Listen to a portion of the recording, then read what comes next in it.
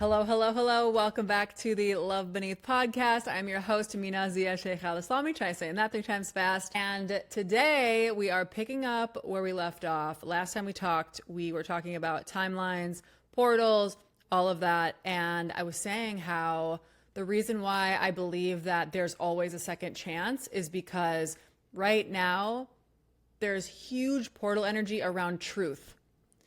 Telling yourself the truth about what your desires are and how you might be holding yourself back and the behaviors you're doing that are holding yourself back.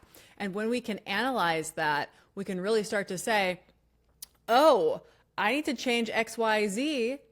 And before you know it, your whole life starts changing. And pretty soon those dreams that you thought were so far away are actually now right here. And that's work that you did. So I want to continue with that same sentiment, and I want to get a little deeper about one of the huge karmic cycles that I see playing out right now amongst a lot of people, whether they work with me or not, and myself included. Before I get any further, if you are watching on YouTube, don't forget to like, subscribe, leave a comment, interact with the video. It would really help me out. If you're listening on a podcast platform, follow the show, leave a review. It would be so amazing. All right, so let's get right into it. I majorly feel that all people-pleasing tendencies are biting the dust right now. And I feel it in myself. I see it in so many of my clients and just people in the world. It is the absolute shedding of asking yourself constantly, what are these people thinking about me? How do these people perceive me? Are these people judging me? And it's a lot deeper than that. I'll get into all of it. However, if I can go a little further, one step further, I would say that it is actually the shedding of needing to be good and what good actually means. As always, I say this in every episode, this is my truth and I speak with authority on it because it is my truth. This is what I believe personally. I always invite you to listen with an open heart, open mind. It doesn't have to be your truth. This is just more of a place where you come and listen to new ideas and you can try it on, see if you like it. And if you don't, no problem. But personally, I really do not believe that there is such thing as a good person. The reason I'm saying that, and you might say, well, what about people who, do good deeds and are so selfless and all of that? You know that saying, bad things always happen to good people, or something along those lines. What I really feel from that statement is what we think of as good is actually a form of manipulation in many cases, because we see a good person as someone who is giving selflessly, unconditionally. And if you are a spiritual master, like let's say you are guru status, you have dedicated your life to spiritual work and you are truly enlightened, right? And you're like 85 years old or whatever. You've been doing this your whole life and you're at a very advanced point where you don't have any possessions anymore and you truly are just a vessel for light and love. Okay, that's a different story.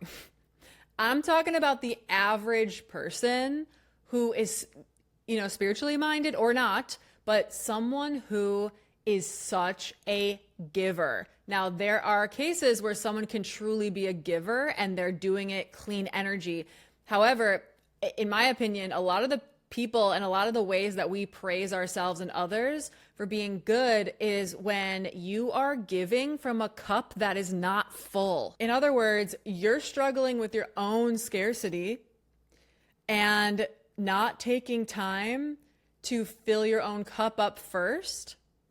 And then you're pouring your half-filled cup into other people's cups. And we, a lot of the times, think that that is being good. We feel we have to give. It's obligatory to give, right? When someone needs us. And obviously, in some cases, that's true, like with a child, for example. If you have a child, obviously you have signed up for unconditional giving, right? For probably the rest of your life. But for example, I would definitely say that I am someone who I love to give. I love to be in relationship dynamics where two people, both of our cups filleth over, and we're just pouring into each other, and it feels super clean energy and safe and all of that. I love that. However, in pretty much my whole life until 2025, I really cleaned it up, but I would give because I felt bad not giving. So for example, if my friend needed help,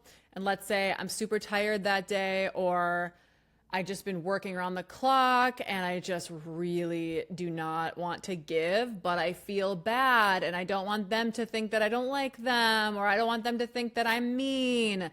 So I give. So I push myself. I go beyond. My cup is not full and yet I give.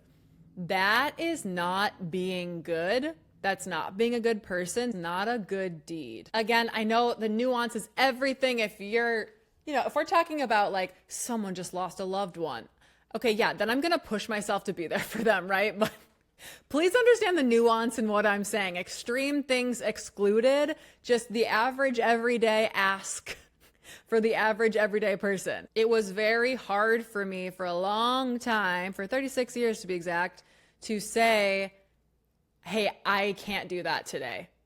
I can't meet that request. And then I might be able to say that, but then I'm giving 100 reasons why, like, oh, I'm so tired and I would do this, but don't judge me, don't leave me, don't reject me, don't abandon me. That's really what's happening. And so in my opinion, our desire to be good is actually from a belief system that us being a giver, us giving is how we receive from people.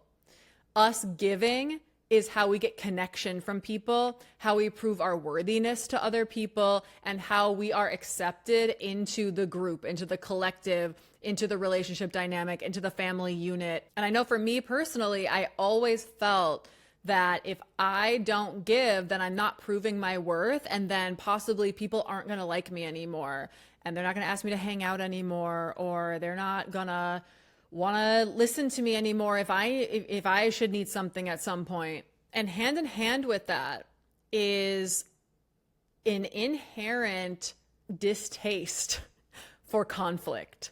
So the one who wants to be good, who wants to please, who wants to give, but give it, that is giving conditionally, because you're giving so that you don't get left behind. You're giving so that you can be seen in a certain way. You're giving because you want that person to give to you later, or you feel bad. You're not giving unconditionally. You're not giving from abundance in those cases. And that took me a really long time to come to terms with, because that's kind of the sinister side of wanting to be good and seeing yourself as a good person.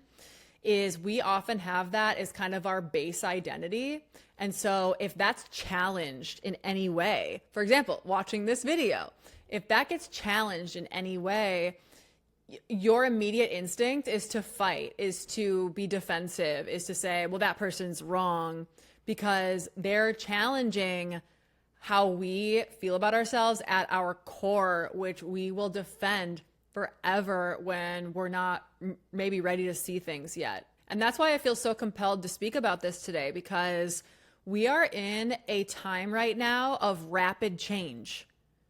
Everything is changing. And, I live in the United States. There's a lot of very scary policy happening right now and being signed on the president's desk. Specifically, 4th of July was a big one. And this is a time where we need to be able to be super introspective, to be brave, to be strong, to push ourselves past what is comfortable so that we can expand enough to go through these lessons that are being presented to us. And the person who wants to be good is not always the person who's gonna want to stand up for others. Even though that might sound counterintuitive, because we want to be seen as good, so we don't want to be seen as the troublemaker, the chaotic one, the one who is speaking when nobody else is. And of course, there's varying degrees of this. I would say that I definitely wanted to be good. I know I mentioned like up until this year, really, it was more like 2020 was when things first started to break down for me, and I started to have existential crises about my personal identity. And maybe I started to realize I was giving conditionally. And when you're in the deep throes of that, you don't want to do anything that would make you look bad. Again, of course, everyone's trauma is different too. It depends on whose gaze you're performing for. But, if you are, and we're just getting so real here. I mean, this is like own personal reflection. You don't have to tell anybody about this. Some of this can be super embarrassing when you first realize it. I know I shared this in the video where I shaved my head a long time ago, I think 3 years ago now. I shared that I started to realize that although I thought I was such a baddie and I didn't care about men and I was hyper independent, I still was craving the male gaze, and that freaked me out so bad. And that's a big reason why I ended up shaving my head. So it's not fun to see these things about ourselves, especially when we had a radically different self-identity for self-preservation. And then you start to get curious and you start to realize, oh, wow, that actually isn't the fullness of me. I'm trying that on and I'm being that so I don't have to come to terms with what's deep inside. When you're on that shadow work inner child journey, it's hard to see those things. So anyway, back to the point of this, we need to be able to come together. And this is my personal opinion, which I wish it were everyone's opinion, but I feel compelled to say, in my opinion, in this time in history, more than ever, we need to be able to come together and fight for what's right, which is very uncomfortable, which requires a lot of very uncomfortable conversations, uncomfortable action, and uncomfortable self-reflection. And if we can't even start there, how are we going to do anything else? And I really feel that, sorry if you can see, there's a fly. I had the door open. Side note, I had the door open because my cat, who was hanging out on the balcony, he was a quick little cat and got a bird. And then, of course, they always need to show you their prize. So he ran in with the bird and was showing it to me. Thank God he left it alive. And then finally I got the bird out of his jaws, and then I tried to anyway, it took me forever. I had the door open for like a half hour trying to get this bird back outside. The bird's outside. The bird is safe. It's all good with the bird. The bird flew away totally fine. It was all good.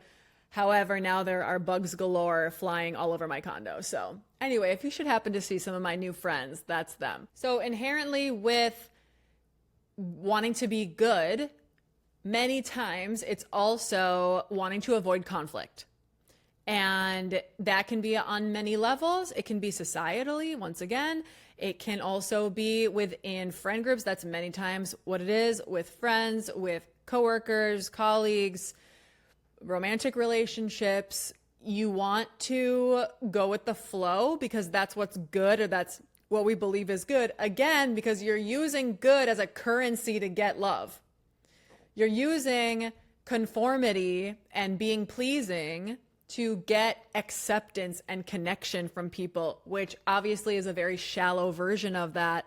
And the deepest connection, which I can now personally vouch for, as I've been working on this the past few years, the deepest form of connection is where you can say yes to confrontation with love and with the intention of wanting to solve the problem. So calling someone in instead of calling someone out.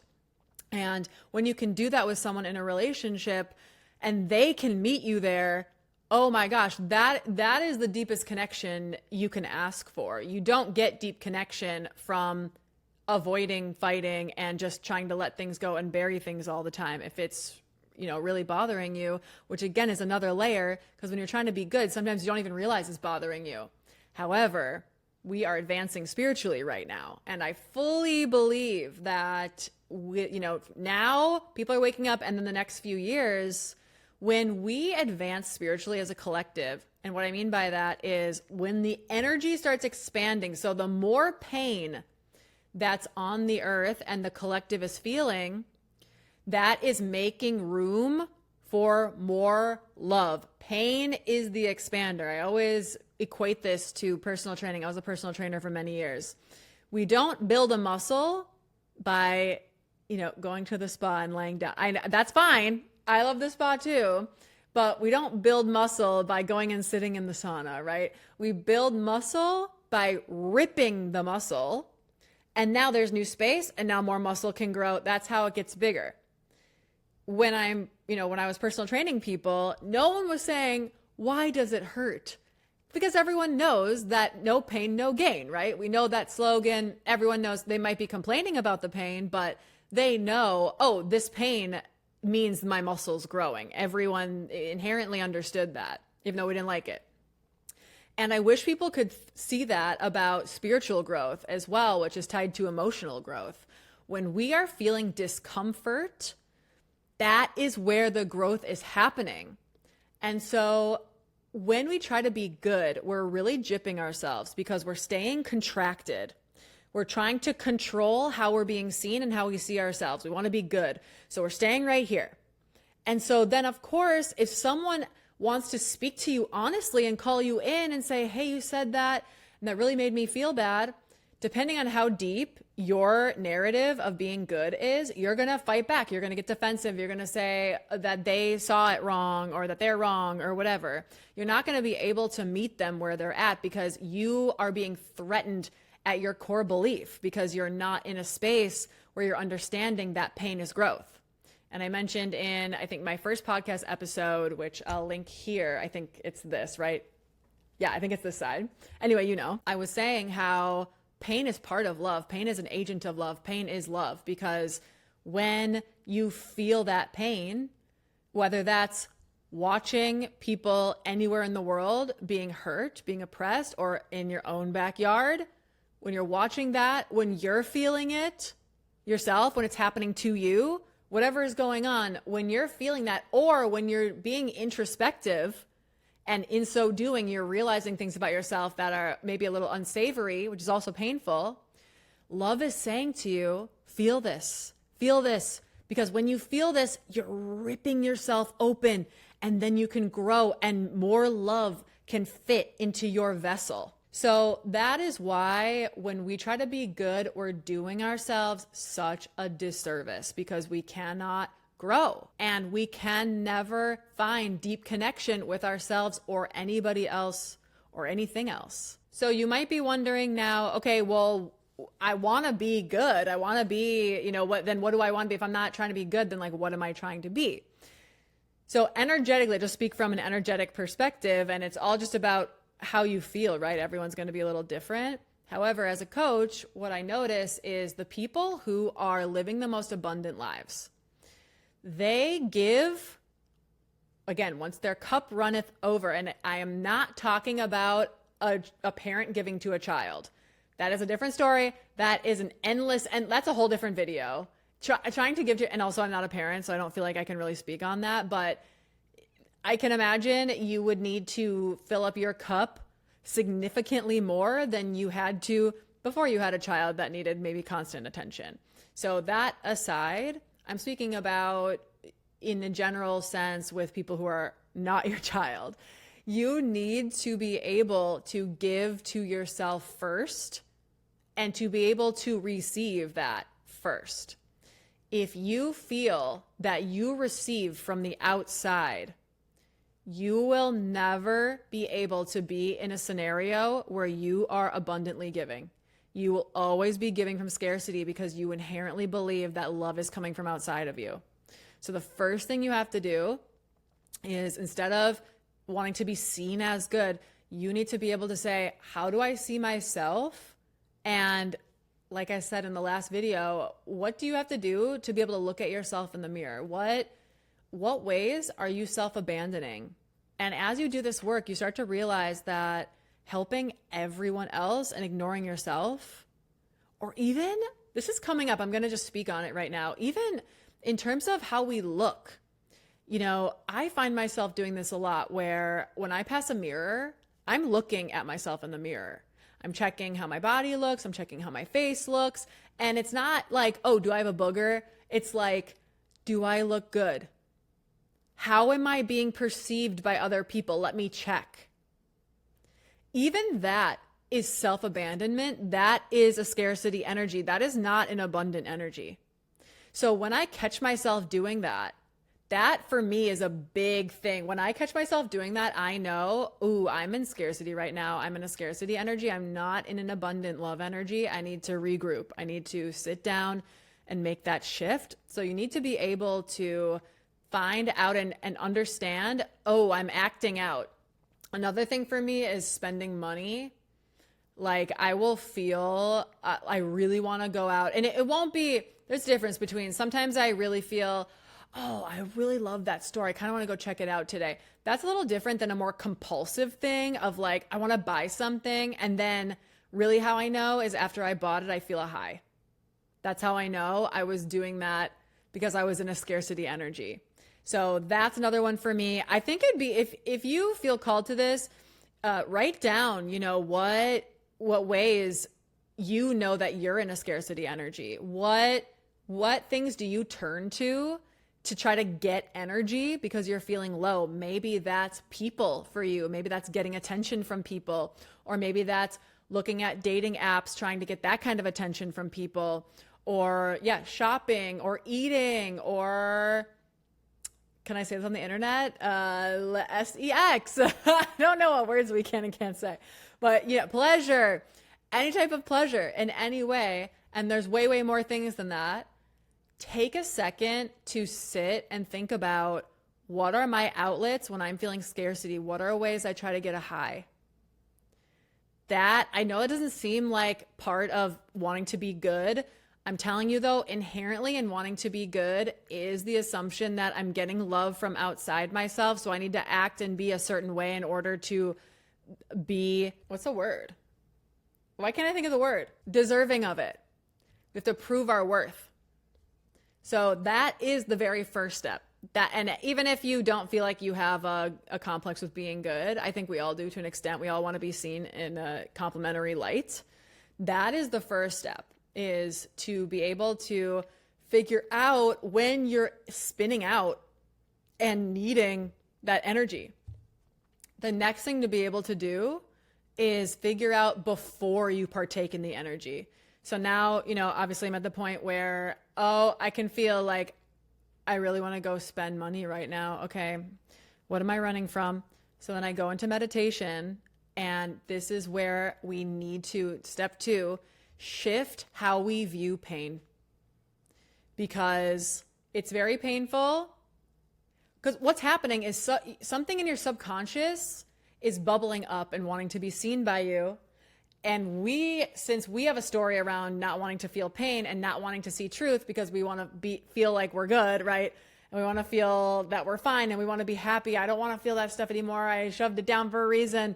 It's coming up. And so we need to be able to look at pain and discomfort from a different lens. Like I said, be able to say, okay, this is helping me grow. So this is actually positive for me, and this is a gift for me, and I need to sit in this. This is very hard. I started doing this in 2020. It probably took me 2 years and I was working on it with my therapist every week for pretty much 2 years before I really felt comfortable that I could do it on my own and replicate it without needing to come to her and get advice. Obviously, to this day, I still work on it with her, but more of a check-in basis. So it takes a long time. And you need to build your tolerance. So that's what I mean. It's, if you can see pain in a different light, then you see the opportunity that's bringing you. So you need to be able to sit in that and let it come up. The third thing here is, I just imagine my true self, your true self is love. That is all of our inherent true selves before the world had its way with us, right? And before our karmic journey started in each lifetime. So go back to that origin self that is just wants to love.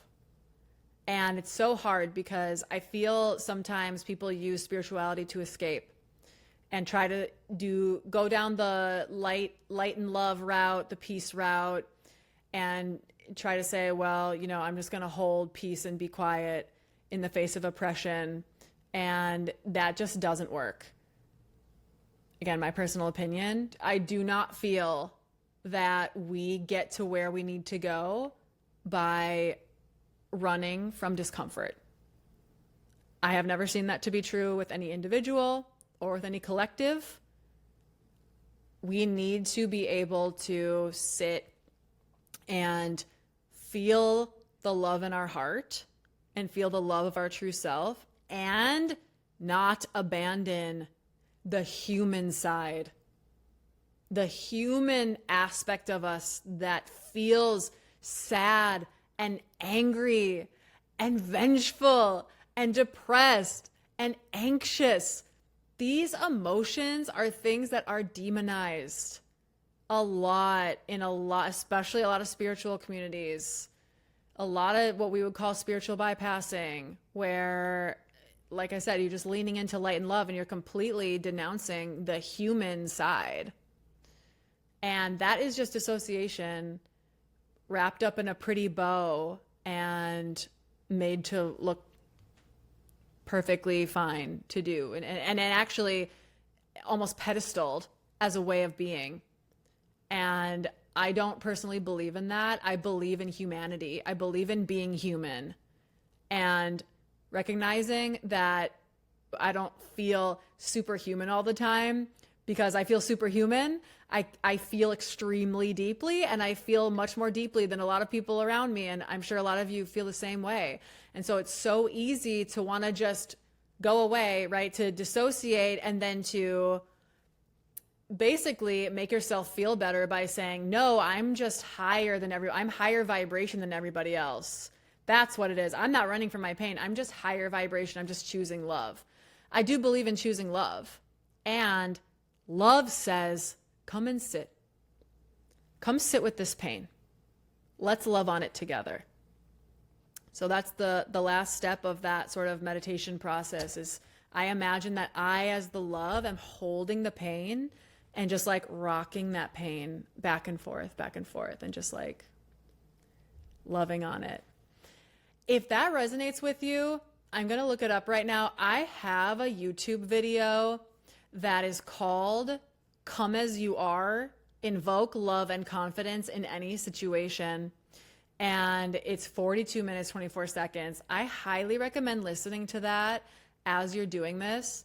It's a frequency, it's me singing, and it's a frequency that I channeled from Mother Earth to be a sort of almost lullaby of love and confidence in exactly these moments where you need love, where you are drowning in the human emotion and you need to remember the light and remember the love and be able to balance those two things. So if you are like, wow, this is really resonating with me, I want to try this, go ahead and listen to that. I'll link it here too, so you can just go to it right away after this. Back to stopping to be good.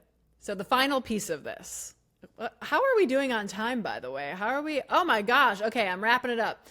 So the final piece to this is and I'll just speak from personal experience and also from a lot of people that I've coached, when you do that consistently, when you can sit with your own pain and you can recognize that the love is only coming from inside you and that you're never actually getting love or energy from anything or anyone else, it is only coming from yourself, you start to become what we call sovereign. You start to become self-complete, self-sustaining. You start to understand that you're only complete when you're right with yourself, and that is not a life of solitude. That is actually a life of extreme abundance and connection. However, there is a transitionary period where it is going to feel lonely, where a lot of your friends are going to drop off, where even your career is going to maybe drop off, and a lot of opportunities are going to drop off because you are literally becoming different. You are changing the core of who you are. We are born understanding that we are love and unity. And then that is the whole human experience, is we have all these scenarios that then lead us to fear and lead us to feeling that we are alone, or that we fear to be alone. And that's why we want to be good, so we can be accepted into the group and etc. Okay, back to the original point of the video. So when you can say, oh, I only ever needed myself actually, and it can click with you in a really deep way, you can start to change how you show up with other people, and it'll just happen organically. That's the thing. You don't have to actively try to habit change. How it happened for me, how it happens with so many of my clients, they just start showing up differently. They're not hyper independent anymore. They're just regular independent. And they know how to have deep connection with people because they have deep connection with themselves. And it's not a situation of, I'm having to chase love or validation, or I want to be seen in a certain way. It's just, wow, I feel so good and I want to share it with everybody. That is true unconditional giving. And so I would argue that if you're going to be good, that is the way that is actually good, is first listening to the self and what the self needs, and then being able to show up. And even then, you're not giving yourself to someone. You are reflecting love from you. You're staying in your body. You're reflecting love from you. And then that person is reflecting love from them, and you're seeing the love in them. They're seeing the love in you, and it's being reflected. So I look at someone who's being loved, I'm reminded of my love sparks. They're looking at me, they see my love sparking, they're like, oh, that's me too. Boom. That is connection. It's never supposed to be like, here, take this from me, take everything from me, I'm a martyr, please love me. It's never supposed to be like that. And finally, what I'll end on is when you start to move about the world in self-completion, you no longer chase anything or anyone because you don't need that high anymore. And then what starts to happen is you start to get in orbit with people who truly just like you for who you are, and situations come to you seamlessly and with much more ease than you're probably used to. And in those scenarios, you don't have to be good because those people just think you're awesome as you are. And so when you have to speak truthfully and be in conflict, potentially, it's not going to be a dramatic thing. It's not going to be reactionary because those people are already taking you for who you are and you're taking them for who they are. So you're showing up honestly. And when you show up honestly, you can have an honest conversation and you don't have to worry about being in confluence with each other. You can be in conflict and then solve it without any real issues. When we can all be honest with each other, when we can all be honest with ourselves, then we start getting honest, and it needs to be said, about the corruption that's happening in the world. Abroad, domestically in the US, if you live in the United States like I do, we need to clean this up. And we need everyone to start getting honest. And in my opinion, when you want to be good, when you want to avoid conflict, when you want comfort, you turn a blind eye to what's really going on. And that is part of privilege. When you get to look away, when you get to turn off the news and go back to your life, that is privilege because not everyone gets to do that. And so while I do feel that we need to, obviously, like I said, fill up your own cup, I think we need to start doing that so that we can fight for other people, so that we can start truly getting honest. And along with getting honest, you just naturally stop over-consuming. And I think that that is going to really go a long way with a lot of issues that are going on. And this is not the video that I'm going to get into all that. I'm just saying that I think every single person leaving behind, trying to be accepted and just accepting themselves, and then finding groups that accept them for who they are, like they're accepting themselves for who they are. And then no one needs to chase a high doing anything with overconsumption. I just think that's going to solve a lot of problems in the world over time, obviously.